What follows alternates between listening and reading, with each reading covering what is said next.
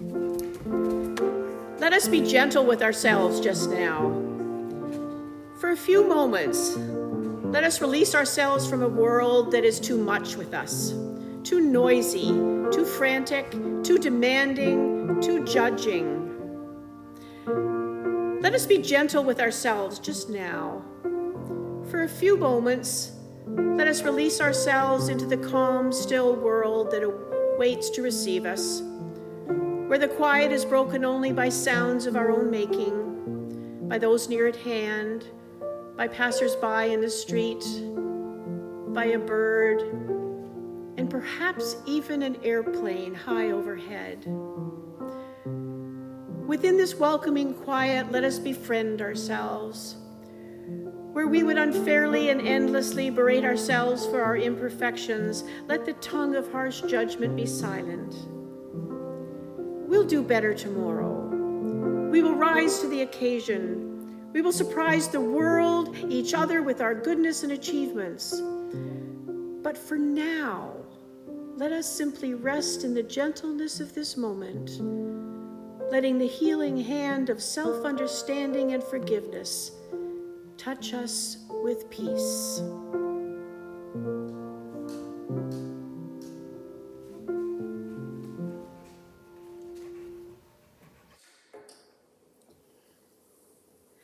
Worry, anxiety, despair, disgust, fear, anger. I judge myself guilty of having had all those feelings.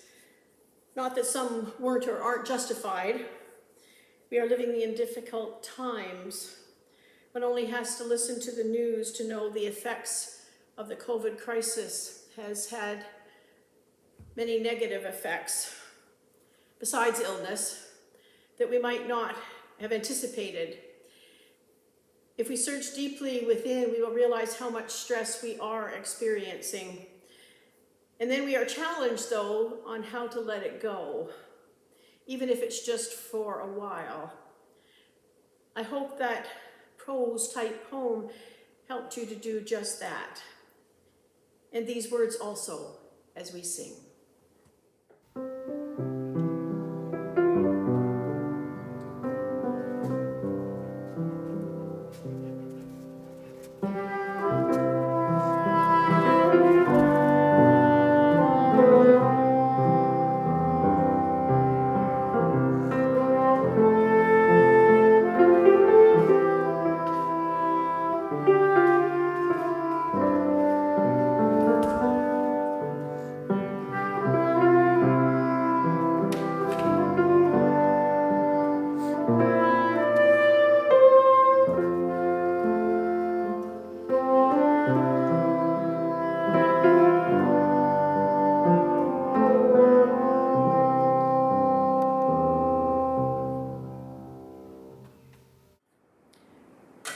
With friends and strangers, with family and neighbors, we gather, if even only virtually.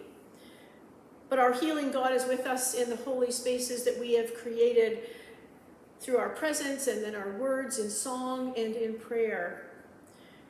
So we welcome this one, the friend of the broken, whose compassion makes us whole. So come among us, dry of our tears, and lift us up to move forward, to follow you.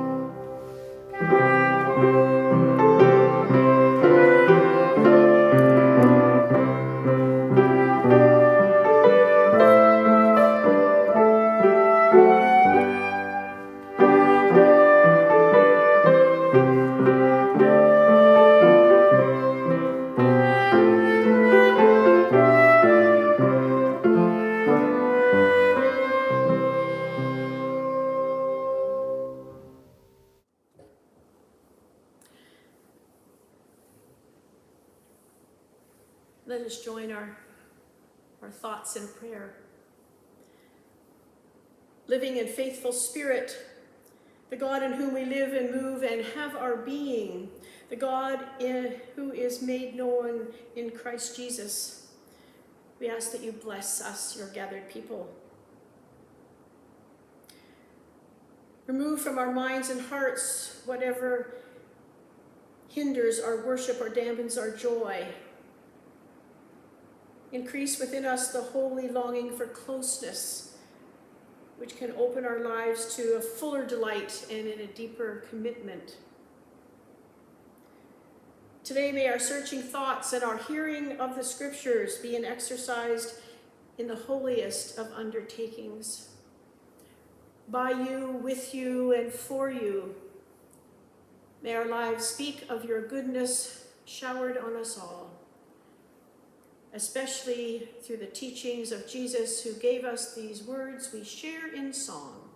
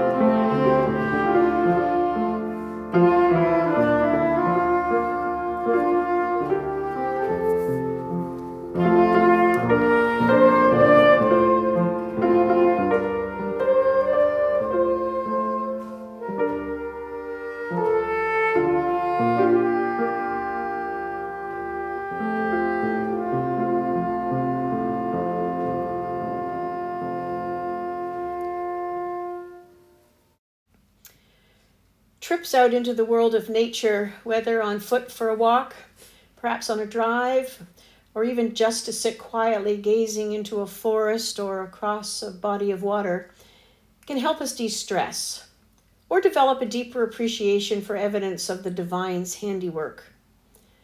But it can also spark our imaginations to wonder, what was here before us? What was their story? Those buildings that I was challenging anyone to identify are on a farm out on the Code-Chamberlain boundary, out just past Cougardorf. As I drove, it was hard to imagine how someone found their way back out there to make farming their livelihood. It's a long way to bring in supplies on rough roads, or that weren't even passable at times, and not many neighbors to commiserate with. Hard, back-breaking work to clear the land and build houses and barns.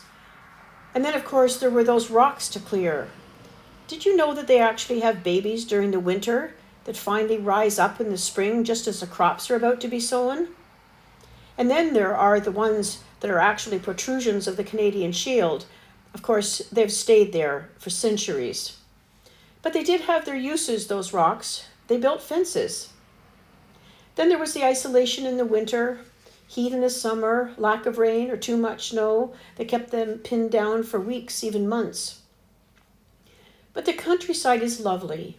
Were the lupins that I picked along the road there 100 years ago? And then there are the undulating hills and valleys that beckon to be explored.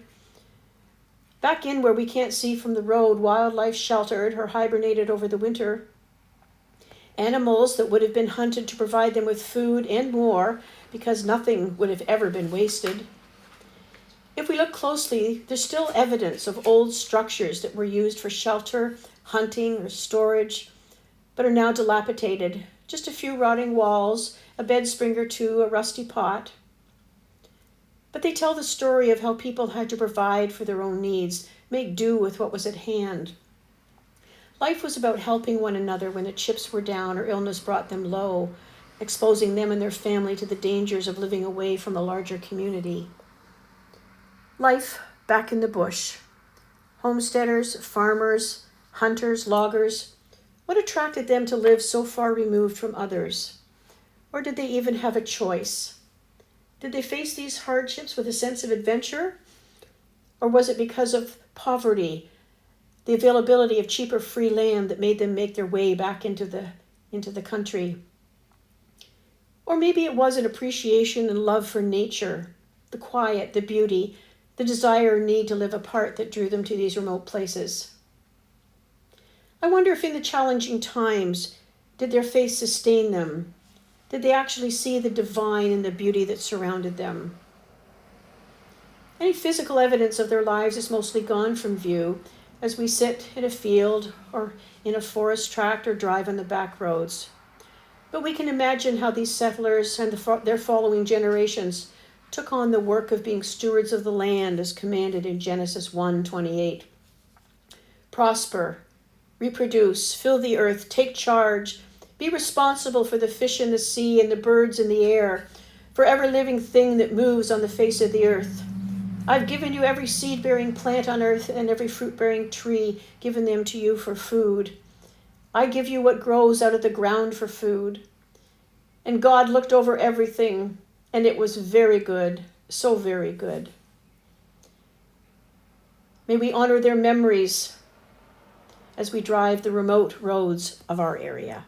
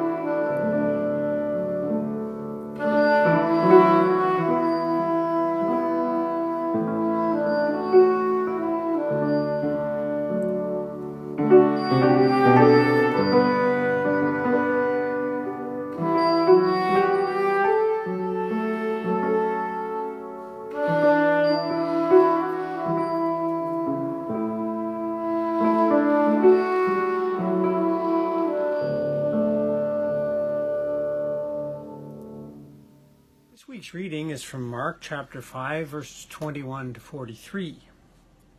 When Jesus had crossed again in the boat to the other side, a great crowd gathered around him, and he was by the sea. Then one of the leaders of the synagogue, named Jairus, came, and when he saw him, fell at his feet and begged him repeatedly, "My little daughter is at the point of death. Come and lay your hands on her, so that she may be made well and live." So he went with him, and a large crowd followed him and pressed in on him. Now there was a woman who had been suffering from hemorrhages for 12 years. She had endured much under many physicians, and had spent all that she had, and she was no better, but rather grew worse. She had heard about Jesus, and came up behind him in the crowd and touched his cloak, for she said, "If I could touch his clothes, I will be made well." Immediately her hemorrhage stopped, and she felt in her body that she was healed of her disease. Immediately aware that power had gone from him, Jesus turned about in the crowd and said, "Who touched my clothes?" And his disciples said to him, "You see the crowd pressing in on you? How can you say, 'Who touched me?'" He looked all around to see who had done it. But the woman, knowing what had happened to her, came in fear and trembling, fell down before him, and told him the whole truth. He said to her, "Daughter, your faith has made you well. Go in peace and be healed of your disease." While he was still speaking, some people came from the leader's house to say, "Your daughter is dead. Why trouble the teacher any further?" But overhearing what they said, Jesus said to the leader of the synagogue, "Do not fear, only believe." He allowed no one to follow him except Peter, James, and John, the brother of James. When they came to the house of the leader of the synagogue, he saw a commotion, people weeping and wailing loudly. When he had entered, he said to them, "Why do you make a commotion and weep? The child is not dead, but sleeping." And they laughed at him. Then he put them all outside, and took the child's father and mother and those who were with him, and went in where the child was. He took her by the hand and said to her, "Talitha cum," which means, "Little girl, get up." And immediately the girl got up and began to walk about. She was 12 years of age. At this they were overcome with amazement. He strictly ordered them that no one should know about this. And he told them to give her something to eat. In these sacred words of old, may we hear the Spirit speaking to us anew. There are some experiences in life that take us to the very edge of our ability to cope. Someone loses their job, perhaps to COVID. They wonder how in the world that they're ever going to survive until normal returns, or find another one because the bills keep piling up. Or someone learns that the cancer has returned or spread. Or a spouse looks at the person that they've shared their life with and realizes that it's over. Or the one you've loved has died. It may take a while, but in situations like that, the stress one feels can easily push them beyond the limit of what they think they can endure. There's actually a phrase for it: finding ourselves at the end of our rope. Most of us at one time or another have either faced or will face this kind of a situation. Unfortunately, in those times, our faith can often seem pretty empty or fragile. Randy shared a couple of stories of people who have reached the end of their respective ropes. We have a father whose daughter is dying and a woman whose life has been literally consumed by her illness. In the first, this prominent man in the community has convinced Jesus to come and save his daughter. But then the interruption by this desperate woman. Afflicted with an illness for 12 years, she believed that all she had to do was touch Jesus' clothes and she would be healed. And in fact, she was. Jesus told her that it was her faith that healed her. But it's hard to know, isn't it, what she actually believed in. The fact that she thought she would be healed, if she only touched his clothes, made it sound like she believed that some kind of magic was at work. Jesus was the illusionist. And boy, was he ever a good one. What I think is more important is the faith and the courage that it took her to step out, to venture into the crowd and to reach out and touch him. After all, her illness had practically rendered her, for all practical purposes, an outcast. She was perpetually unclean, therefore unable to take part in all the normal activities of life, even going to the synagogue. But rather than give up, she had the faith and the courage to seek out this man who was healing people in God's name. Unfortunately, although the father came to Jesus first, During the time Jesus was healing the woman, his daughter died. Now one would think that that was the end of it. But no, Jesus told the father, do not fear, only believe. Frankly, this seems like a strange response to death. Normally we would say something like, I'm so terribly sorry for your loss, or please let me know if there's anything I can do for you. But to tell somebody, do not fear, only believe, must have made this grieving father question not only Jesus' sanity, but the very reality of the dead daughter he's holding. What was this father supposed to believe in? That she was magically going to come back to life? Do not fear, only believe.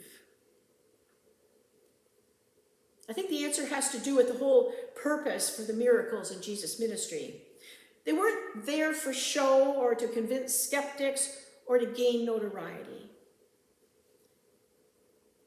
Firstly, they were acts of compassion in a response to a human need. But they were also more than that. They were individual demonstrations of the new life that could be had when you believed in God's healing power. So in a very real sense, what Jesus was asking this grieving father to believe in was that God had begun working to make all things new already in the here and now, even as his daughter lay dead. And that Jesus was the agent through whom God was bringing new life into the world. And here he was, standing with his father saying, believe. And darned if it didn't work. So what do we believe in when we reach the end of our days, the end of our ropes? Many of us these days have a hard time believing in miracles. When life brings something so painful, so devastating that it feels like we've gone beyond what we can humanly endure, what then?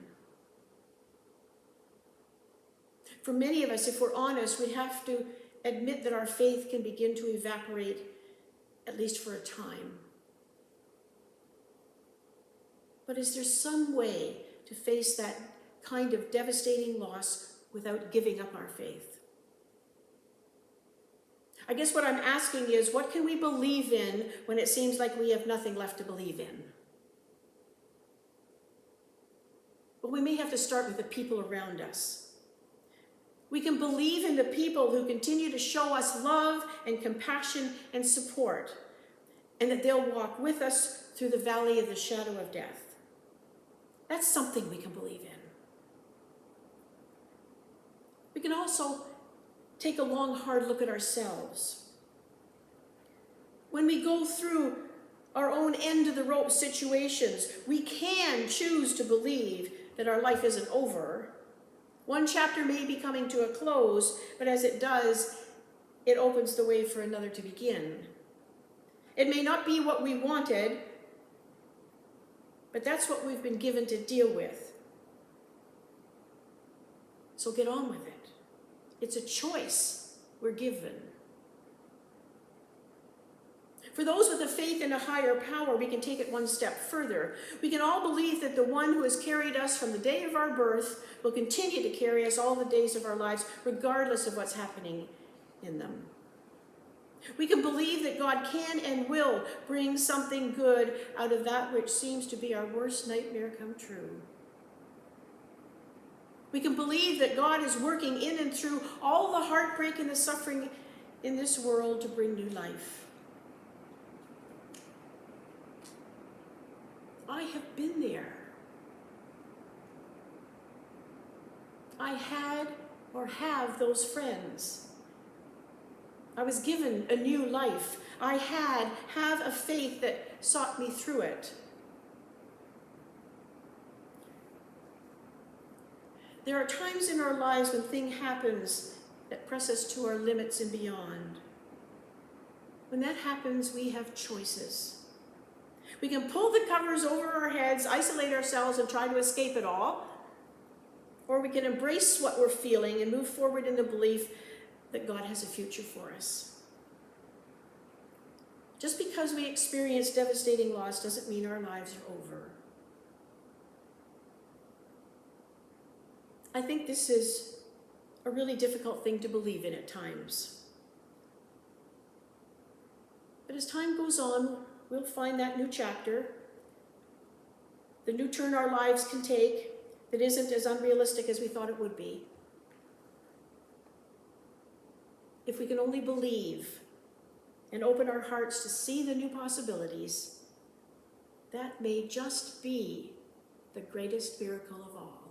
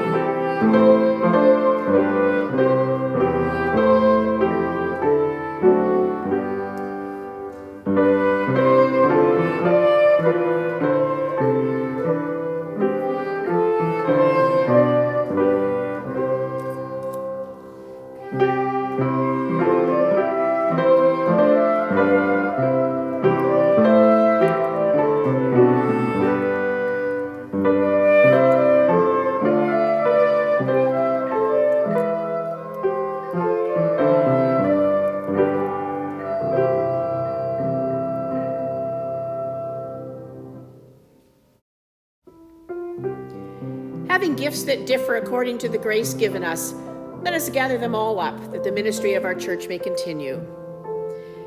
Gift of life, receive the gifts we offer today. May they be used to restore and build up our faith and to proclaim the good news found within our hearts to all we meet in the coming weeks of summer.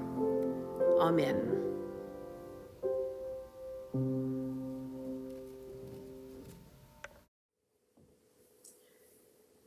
We have heard the words of Jesus, Talitha cum, little girl, get up. But now let's make this our prayer.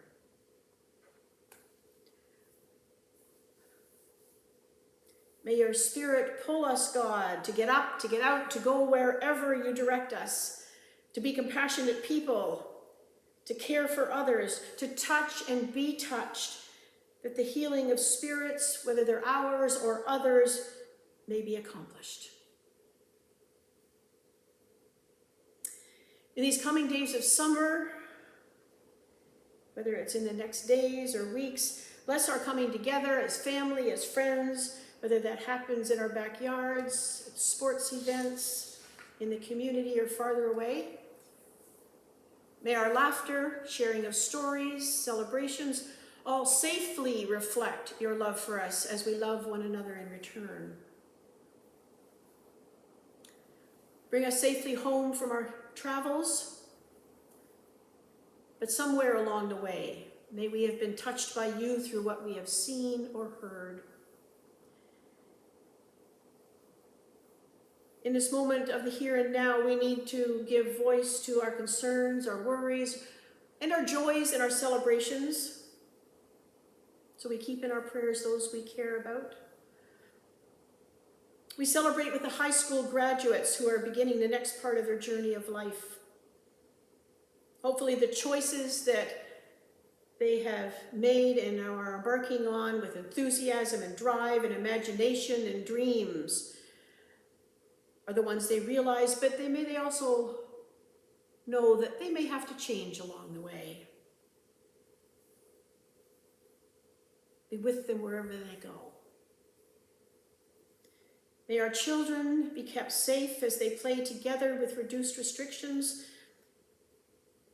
hopefully by the responsible decisions made by their parents, which will also keep them safe too. Help us to find the times and spaces where we can let go of the stresses that take away the peace of our minds and hearts.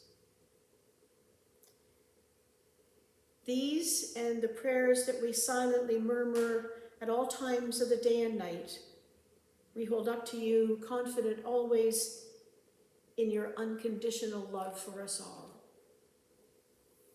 Amen.